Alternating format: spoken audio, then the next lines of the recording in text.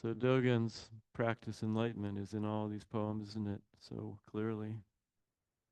This strong encouragement to practice, really throw ourselves into it and totally let go, to release. There's nothing we're doing exactly, but we're doing it so completely. And to do it together and in harmony, so we're doing great. I never could have imagined we'd fill the room immediately. Guess we should expand it again.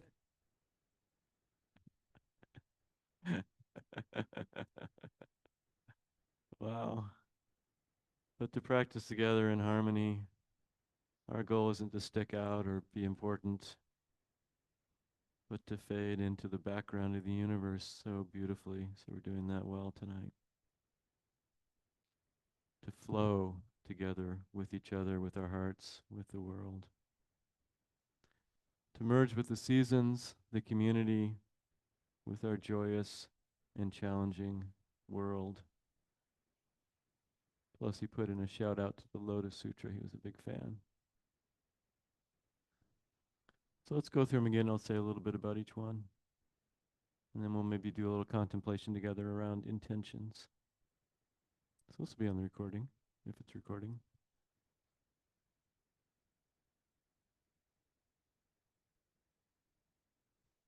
So fun. So I can see you. I'm looking off to the side from your point of view, but I can see you guys on the wall. It's so great. Hi, Caitlin and Chris and Daryl. Yeah. You can see okay? Yeah. Okay, good. So back to the ducks. Dogen wrote about birds a lot, you know. I don't know if we would call him a birder exactly, but he often wrote about birds. The waterfowl, whether coming or going, leave no ripples, yet as they swim, they do not forget the way. We're here, and then we're gone. Our life is brief. We forget that because we're so caught up in the middle of it all, but it is so brief. So we make effort, we try to do good, and leave no ripples behind. Show up fully, and then not showing up at all. And that this is graceful, like a bird, like a duck swimming across the lake, right? So graceful, you know, they're there and then they're gone. So may we be like that. Not forgetting what we're doing and why, but slipping away when it's time to slip away.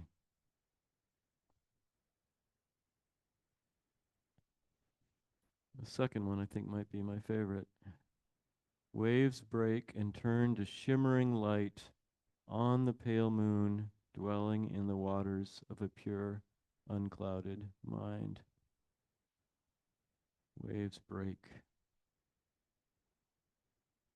So our harmonious life includes disturbance, right? The waves break. I mean, it's intense when a wave breaks. It's loud. It's turbulent, completely turbulent. One time I tried to learn how to boogie board, and that my experience was of the turbulence, slammed by a wave. I never did learn how to do it properly. But what he's saying, I think, is when our understanding of ourselves and each other and our life is clear, this disturbance is just the energy of life. It doesn't interrupt us. It doesn't disrupt us. It doesn't mess up the harmony. That the breaking waves make the ocean real. And whether the ocean is smooth or not, the moon is right there. The moon shines fully, without discrimination, without hesitation, without conditions. So to include trouble. This is hard for us, you know. It's hard for me. To practice with trouble, to appreciate energy, appreciate turbulence and chaos, and how that comes and it goes, just like a wave. Whether it's trouble in our hearts, our minds, trouble we perceive as coming from someone else who should know better or something like that. As we train ourselves and we train each other in our communities. We help each other when we're smooth and kind. And Dogen's saying, I think in this poem, we help each other when we're awful, when we're messed up, when we're confused, when we get it all wrong, when we're clinging, when we're greedy, because then we let the waves subside. We go, oh, sorry, I'm back. So let the waves break and enjoy the beautiful ocean lit by the pure moon that is our nature.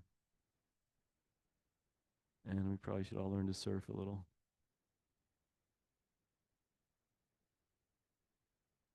In the snowy field, a white heron hides itself. You can't tell where bird ends and withered grasses begin. Sometimes the best and most helpful people, bodhisattvas, are the ones you hardly notice. Just take care of things. I can think of many examples of that in our Sangha. Many, many. Just be like the white heron, just standing there. Maybe you don't even see it. This poem makes me think of my favorite Lojong mind training slogan, which is, don't expect applause. Isn't that a great training? Don't expect applause. And, you know, when we rehearsed here that, we say, oh yeah, I don't expect applause. And then you go around, you're really paying attention to your mind, you're like, yeah, I do. Where's my applause?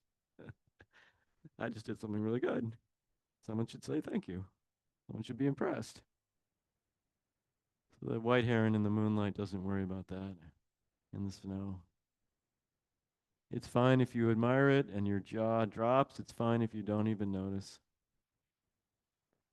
So may we be like the white heron in the snow. Present, passionate, taking care of things, not needing anything. The limp scarecrow doesn't know how important it is to the little mountain rice paddy. And even today, they have little rice paddies all over the place. Although I was a little bummed to find out later that that's partly because Japan has incredible tariffs against rice imports to make Japanese-grown rice more feasible, but that's okay. They're still really sweet. Like everywhere, like behind the gas station, rice paddy. Yeah. Beautiful mountain terrace, yeah, rice paddy too. So they have scarecrows there too. The scarecrow is a great bodhisattva, right? Protecting the field patiently, endlessly, never leaving its post, not needing to move or take a break, with no thought that it's doing something great or that it's, you know, impressive or a hard worker, also not expecting applause. And maybe not even knowing the impacts of its actions, of its good work, protecting the rice from crows. And probably we can never know the real impacts of our actions, of our hearts, of a kind word deeply meant. This makes me think of the famous 5 remembrances verse in Buddhism, which is a great thing to practice with. Being Buddhism, it's pretty intense and uses negative language, but I think it's really powerful and affirming actually too. Do you know this verse? Usually translated something like this. You might say this to yourself in the morning and see how it affects your choices in life. I am of the nature to grow old. There's no way to escape growing old. I am of the nature to have ill health. There's no way to escape having ill health. I am of the nature to die. There's no way to escape death. All that is dear to me and everyone I love are of the nature to change. There's no escape from being separated from them. My actions are my only true belongings. I cannot escape the consequences of my actions. This is the last line that I'm really thinking about. And being traditional in Buddhism, it's written in this kind of dire, negative way to wake us up, which is good, but we resist a little. So maybe we can say, my actions are my only true belongings. Instead of I can't escape the consequences of, which is true, we could also say, my actions light up the world and their ripples go on endlessly. That's true too, isn't it? The ripples of our actions go on far beyond where we can see or know. Once in a while, it's like the sweetest thing in the world. Like somebody comes up to you years later and said such and so thing you did or said was so helpful to me. We all get that once in a blue moon, but mostly don't expect applause, right? So we're so fragile and so temporary, but so powerful. It's so powerful. Every action, every word, every expression changes the universe in good ways and in troublesome ways. And of course, the converse is true. When we're sloppy, we can cause a lot of harm. So the scarecrow doesn't worry about any of that, though. Be like a scarecrow. Next one. Grasp the heart of the Lotus Sutra, and even the cries of the marketplace will preach the Dharma. So, definitely, on one hand, a shout out to studying the teachings. And Dogen did especially love the Lotus Sutra, which is weird because it doesn't sound anything like him. You've studied Dogen and the Lotus Sutra. So different, but something deeply inspiring there for him. So he's saying this is good to study traditional teachings.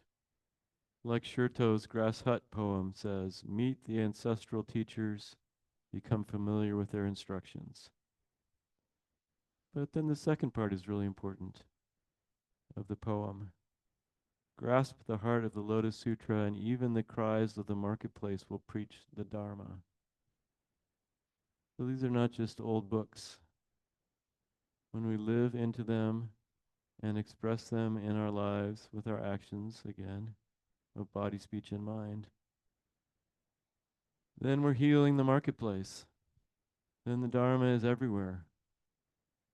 Then it's not just some wild gathering on top of Vulture Peak with 1,000 bodhisattvas, it's Costco. There are a lot of bodhisattvas in Costco every day. Maybe the highest concentration of bodhisattvas in Bellingham. If you haven't practiced yet at Costco, you should buy the membership.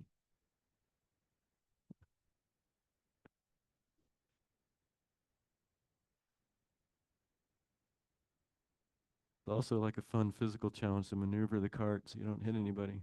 And of course, the carts are huge. Everything's huge.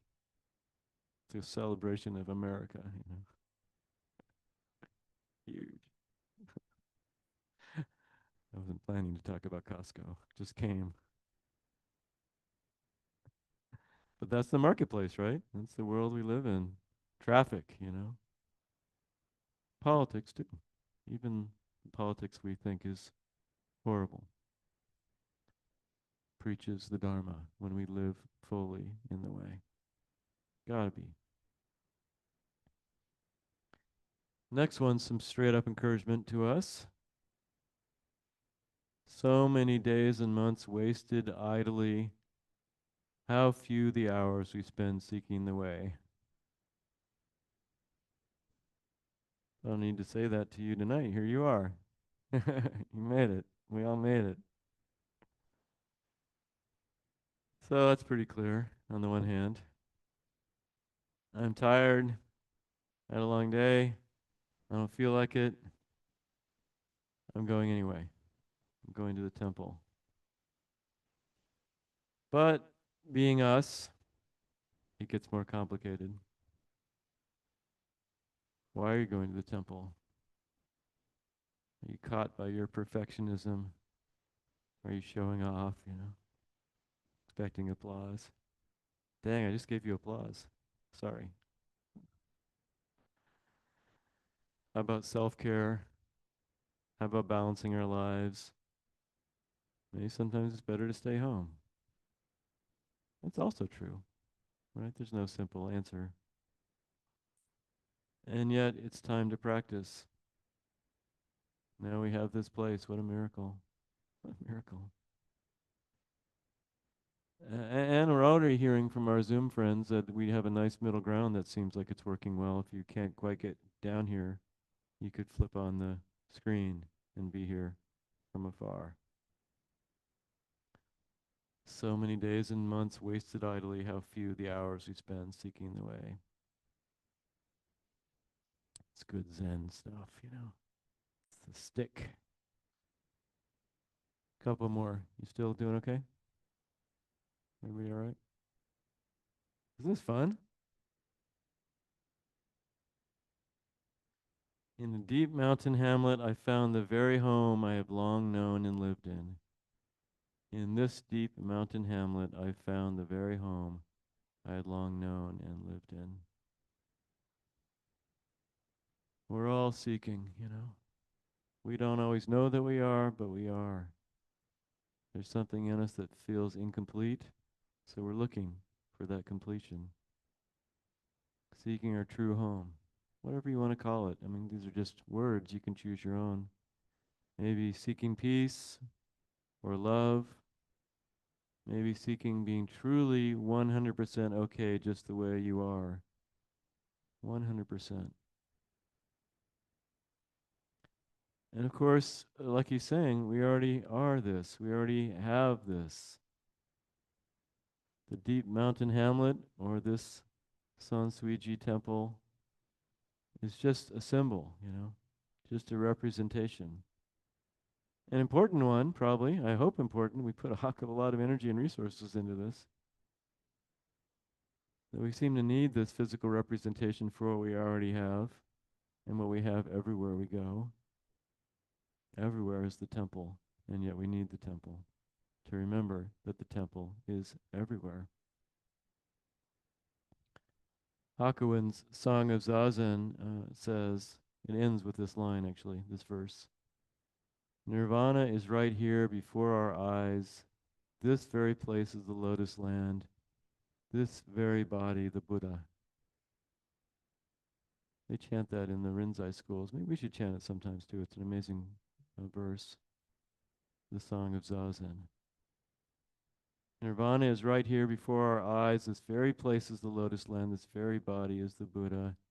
In this deep mountain hamlet, I found the very home I had long known and lived in. Okay, it's a couple more. Or maybe this is the last one. Yeah, last one. Spring, blossoms. Summer, the lesser cuckoo. Autumn, the moon. Winter, clear, biting snow. So through the seasons and the chapters of our life, we just keep going. We continue. We practice. And the different chapters of our life are really different, right? Spring blossoms is very different from winter, cold, biting snow. And so we change. And this is hard. It's weird that it's hard, but it is hard, isn't it? Because as we change, it's like we don't recognize ourselves anymore. It's disconcerting. There's a part of us that wants the comfort of the same old way I used to be and wants to hide in that. The stress of change is that we don't fully recognize ourselves because we have some fixed idea of who we are. And change challenges that. And sometimes things come out sideways in our words and deeds, out of this confusion, discomfort, and fear.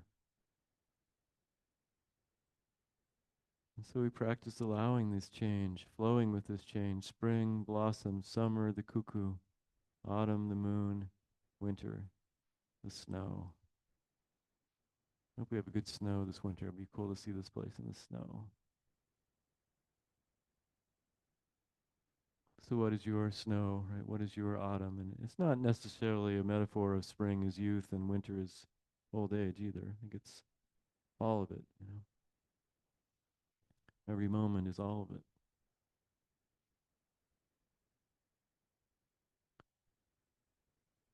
So those are the markers that you passed by on the way in here. Maybe you didn't notice them.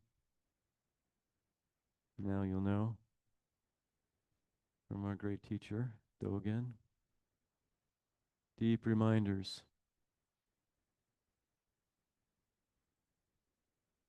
Deep reminders really to be right here, exactly as you are. A Buddha and a flawed sentient being. There's nothing wrong with being flawed. It's beautiful. So why are you here? How do you hope to practice in this place of practice that we've created together?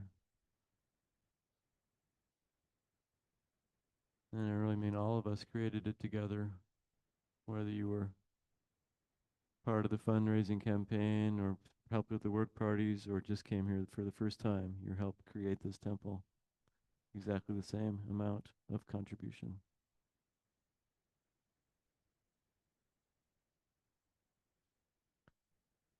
So this is going to be interesting. We'll have to use pretty quiet voices because I want to try doing groups of 3 in this room that used to be big, but now you've made it a little smaller. And it's a beautiful option if you would rather not be part of a group of 3, having a quiet, structured discussion. And there's some structure to keep it grounded. It's not just a chit chat. And I'll need a bell at some point. Thanks.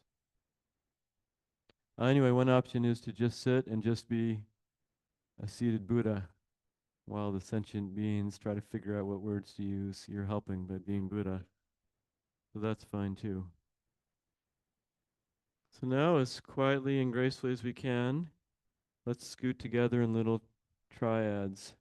Just scoot your cushions together, maybe turn around, and somehow a little bit of space between you and the other 3 is going to be the trick of this. So you got to be really snug, eyebrow to eyebrow.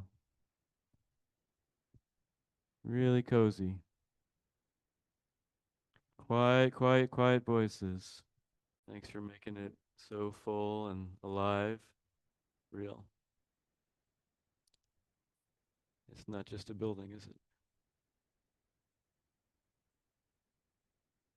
And keep an eye out for the stone markers. They're out there somewhere. There's a little chant in the book to close. May our intentions equally extend